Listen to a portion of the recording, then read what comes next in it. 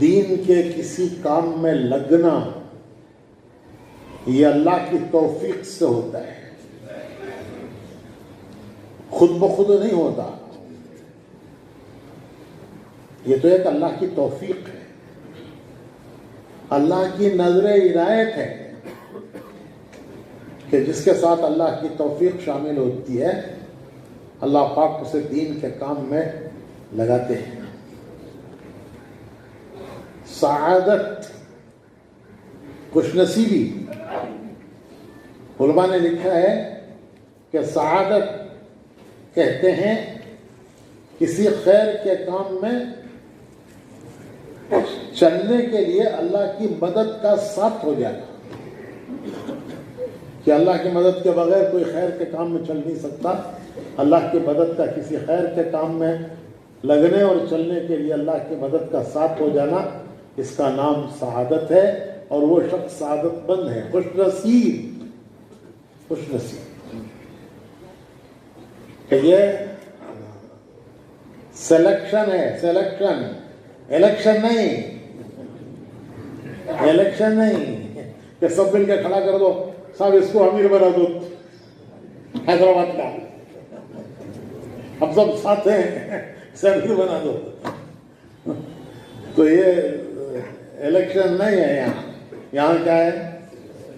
ارے بولو، کس کی طرف سے؟ اللہ اپنے بندوں کو چنتا ہے، اللہ اپنے بندوں کو چنتا ہے.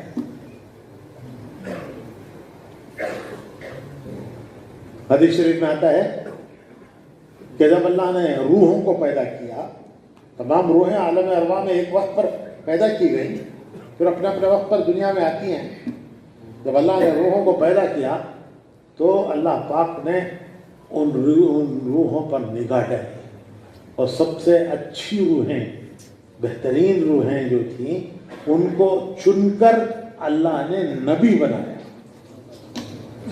تمام انسانوں کی روحوں پر نظر ڈال کر اللہ نے ان میں سے انتخاب کیا، اور جو اللہ کو جو سب سے اچھی روحیں پسند آئیں اللہ نے ان کو نبی بنایا. پھر اللہ نے دوبارہ باقی پر نظر ڈالی.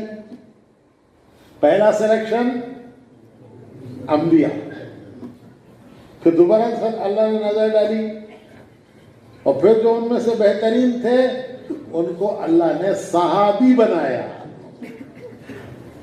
حضور کے صحابی. یہ دوسرا سلیکشن. اور تیسرا سلیکشن قیامت تک کے دین کے کام کرنے والے. تو یہ اللہ کی طرف سے ایک انتخاب ہے. تو ہمیں اللہ کا شکر کرنا چاہیے کہ اللہ، ہم کہاں اس قابل تھے کہ دین کے کام کے لیے چنے جاتے. یہ تو تیری توفیق ہے، تیری عنایت ہے، تیری مہربانی ہے. حدیث شریف میں آتا ہے کہ آدمی کے اندر دو حرکتیں ہوتی ہیں، پش، دھکیلنا.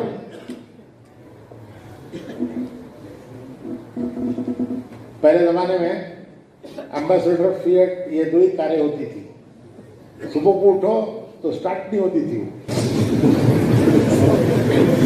نوجوانوں نے دیکھا نہیں ہے، بوڑھے لوگوں کو پوچھو تو چابی دو تو کوئی خلاص. تو پھر کیا کرتے اسے؟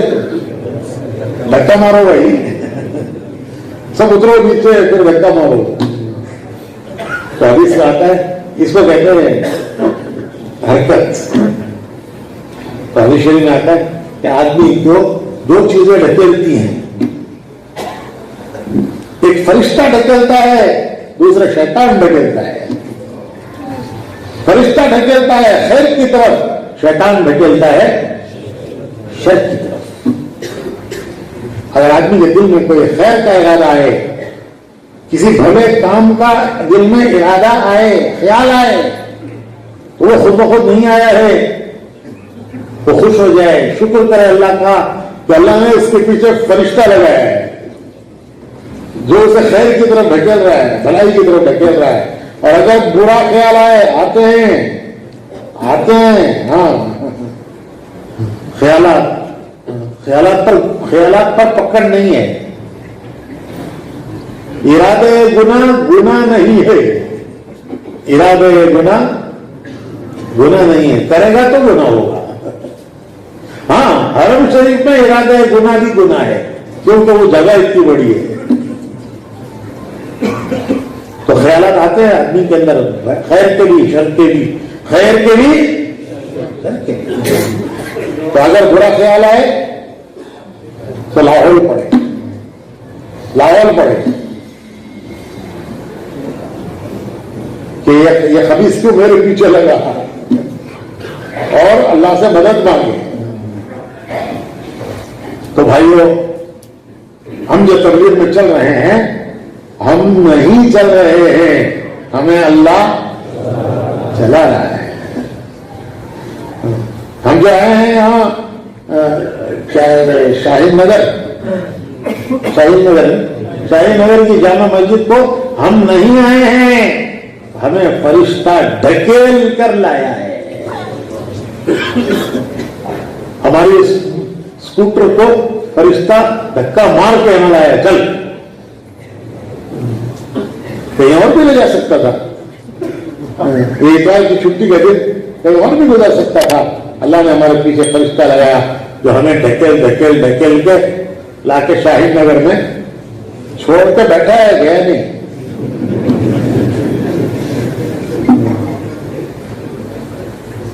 تو دین کا کام یہ اللہ کی ایک بڑی مہربانی ہے.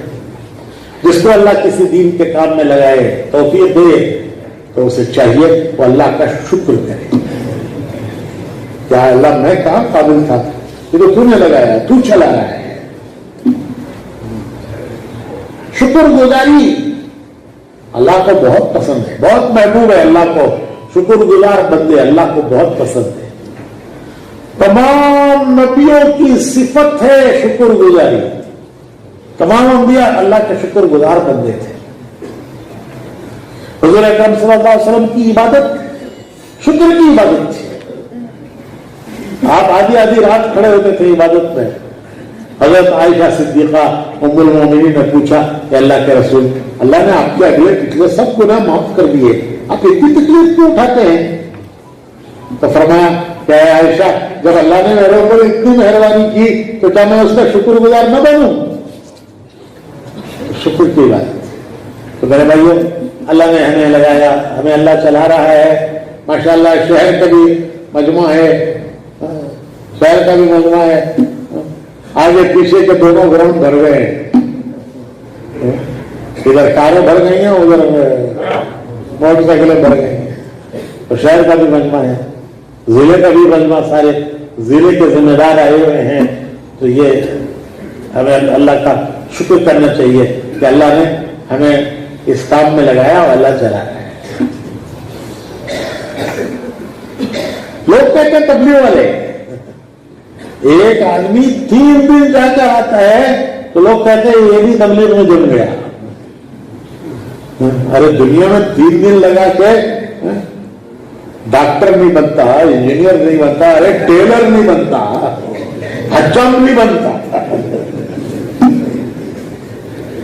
3 دن حجام کی دکان پر بیٹھ کر 4تھے دن دکان کرو, کوئی نہیں آئے گا. تو بال نکالتا ہے کہ کھال نکالتا ہے کہ تو 3 دن لگا کے ڈاکٹر نہیں بنتا, انجینئر نہیں بنتا, ٹیلر نہیں بنتا. اور یہاں لوگ 3 دن لگاتے ہی لوگ بولتے ہیں تبلیغ والے بھائی ہو, انہوں بھی تبلیغ والے. ہمارے حضرت کی مولانا انعام الحسن صاحب رحمۃ اللہ علیہ فرماتے تھے کہ خوش ہو جاؤ, اللہ کا شکر کرو کہ جس اللہ نے دنیا میں لوگوں کی زبانوں پر یہ کہلوایا کہ یہ تبلیغ والے ہیں, کل قیامت پہ اللہ یہ کہہ دے کہ جاؤ میرے بندے تم کو تبلیغ والے کہتے تھے, جاؤ تبلیغ والوں سے جاؤ. ہمارا کام بن گیا, ہمارا کام بن گیا. کل قیامت میں اللہ یہ کہہ دے کہ میرے بندے تم کو تبلیغ والا کہتے تھے, جاؤ تبلیغ والوں سے جاؤ. ہمارا کام بن گیا. حضور اکرم صلی اللہ علیہ وسلم نے دعا مانگی. اسلام بہت کمزور تھا,